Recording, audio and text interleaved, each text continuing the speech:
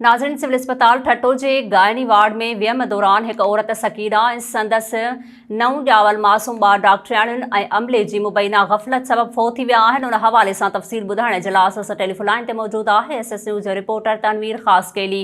जी तनवीर, छा तफ़सीलात आहिनि? जी बिल्कुल, सिविल अस्पताल ठट्टो जे गायनी शोबे में वियम दौरान एक औरत सकीना ज़ाल कुर्बान खोसो ऐं संदसि 9 ॼावल मासूम ॿार डॉक्टरियाणियुनि ऐं अमले जी मुबैना गफ़लत सबबि फ़ौत थी वियो। वारसनि मक़ली ते सिविल अस्पताल ठट्टो अॻियां क़ौमी शाहरा ते लाश रखी दरणू हड़ी नारेबाज़ी कई वई आहे।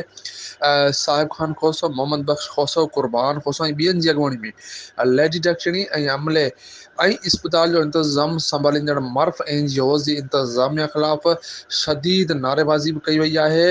होॾां जेको आहे सो वारसनि जो चवणु आहे त डॉक्टरियाणी जी गफ़लत जो मुज़ाहिरो कयो। बार बार चवण जे बावजूदि ऑपरेशन करण बदिरां लेडी डॉक्टरियाणी ऐं अमले हाई डोज़ लॻाया आहिनि, जंहिं सबबि औरत ऐं संदसि ॼावल ॿार तड़पी तड़पी फ़ौत थी विया आहिनि। हिननि संदि सरकार खां सिविल अस्पताल ठट्टो जा इंतज़ाम संभालींदड़ मर्फ NGOs ऐं डॉक्टरियाणियुनि ख़िलाफ़ कानूनी कार्रवाई जी घुर कई आहे। जी तनवीर ख़ासकेली, तफ़सील ॿुधाइण जे लाइ अव्हां जी महिरबानी।